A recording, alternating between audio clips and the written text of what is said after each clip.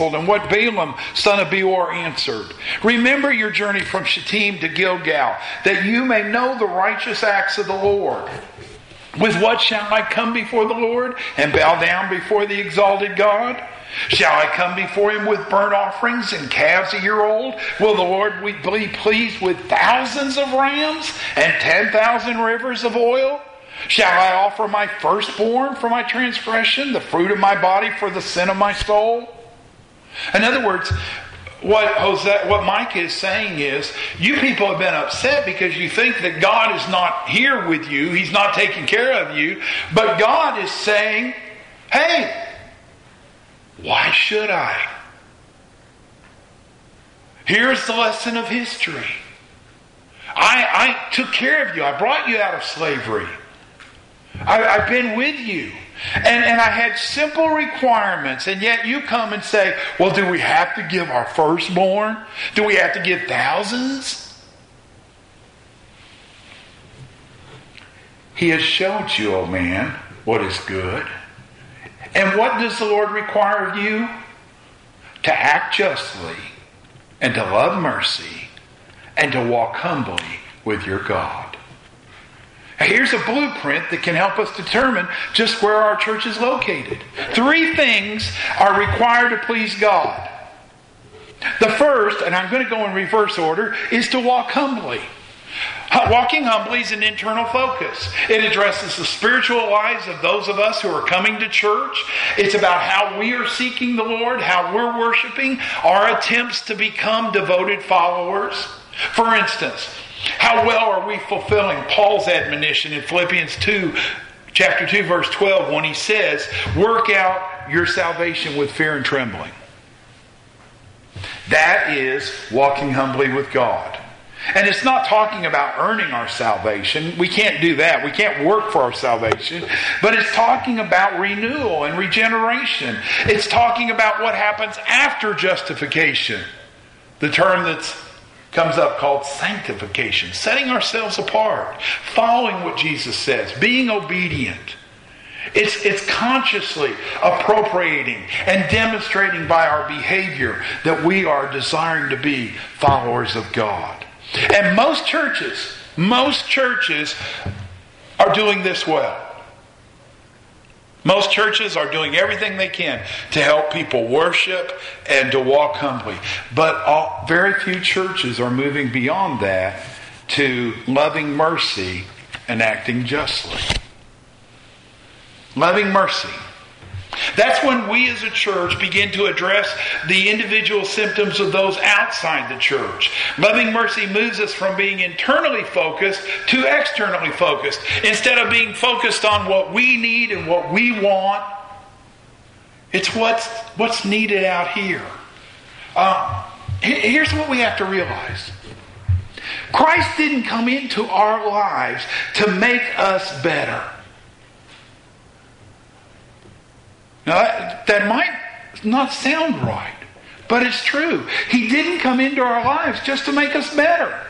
He came into our lives also, in addition to making us better, to give us the power to make the world in which we live a better place. And that is where mercy comes in. It's those acts of loving service and ministry. It's feeding the hungry, clothing the naked. It's starting places like Angel House, where we can reach out and do something of good. That's mercy. Loving mercy is giving people fish. You know the old Chinese proverb, don't you? The old Chinese proverb said that to give a man a fish is to feed him for a day. To teach a man to fish, you can feed him for a lifetime. Okay? Too many times we're satisfied with just giving people what they say they need. Giving them some fish.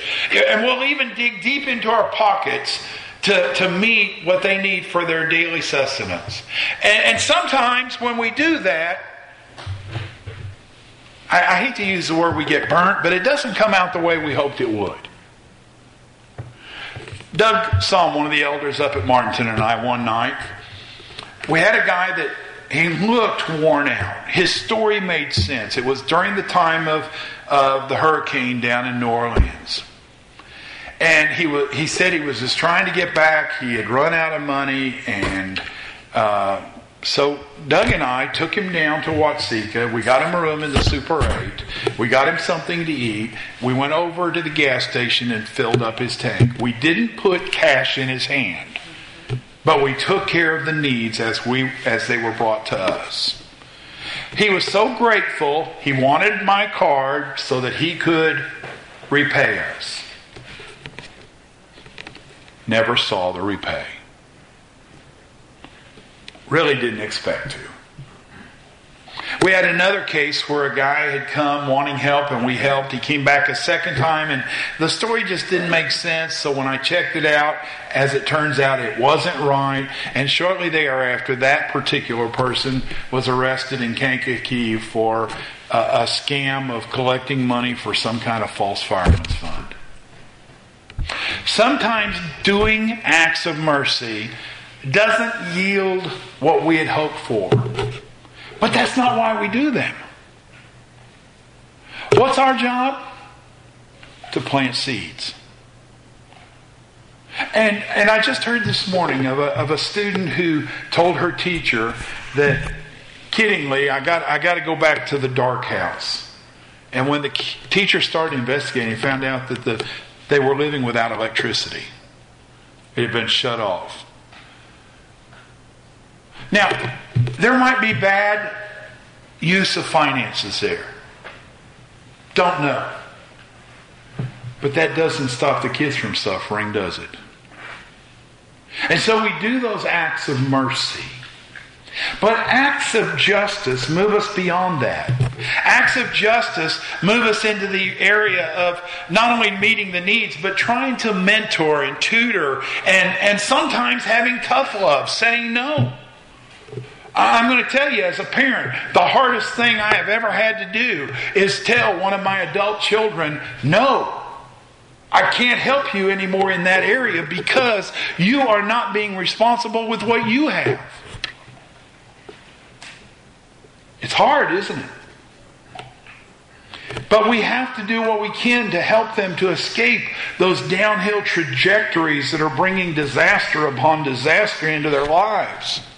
It's not just giving them fish. And in fact, at times it's not even just teaching them to fish. Sometimes it involves doing whatever we can to help them to buy the pond.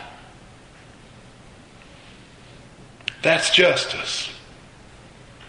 Now my question to close, my question of commitment for today, is what specific opportunities are available to our church to demonstrate mercy and to act justly? You're saying, I don't know. You might. And if you do, if God is leading you in that area, then that's something that needs to be brought here. You see, one of the things that we have done is we have fostered dependence. Some of the same people used to come year after year after year asking if we were going to do handouts at Thanksgiving and Christmas. What we need to do is to start teaching interdependence. I'm not self-sufficient. There might well come a time, Diane or Ron or Marilyn or Galo or any of you, there might well come a time that I call you and say, I need to lean on you. But at the same time, I fully expect, I hope, I pray that when you come to that time, you will say, I need to lean on you.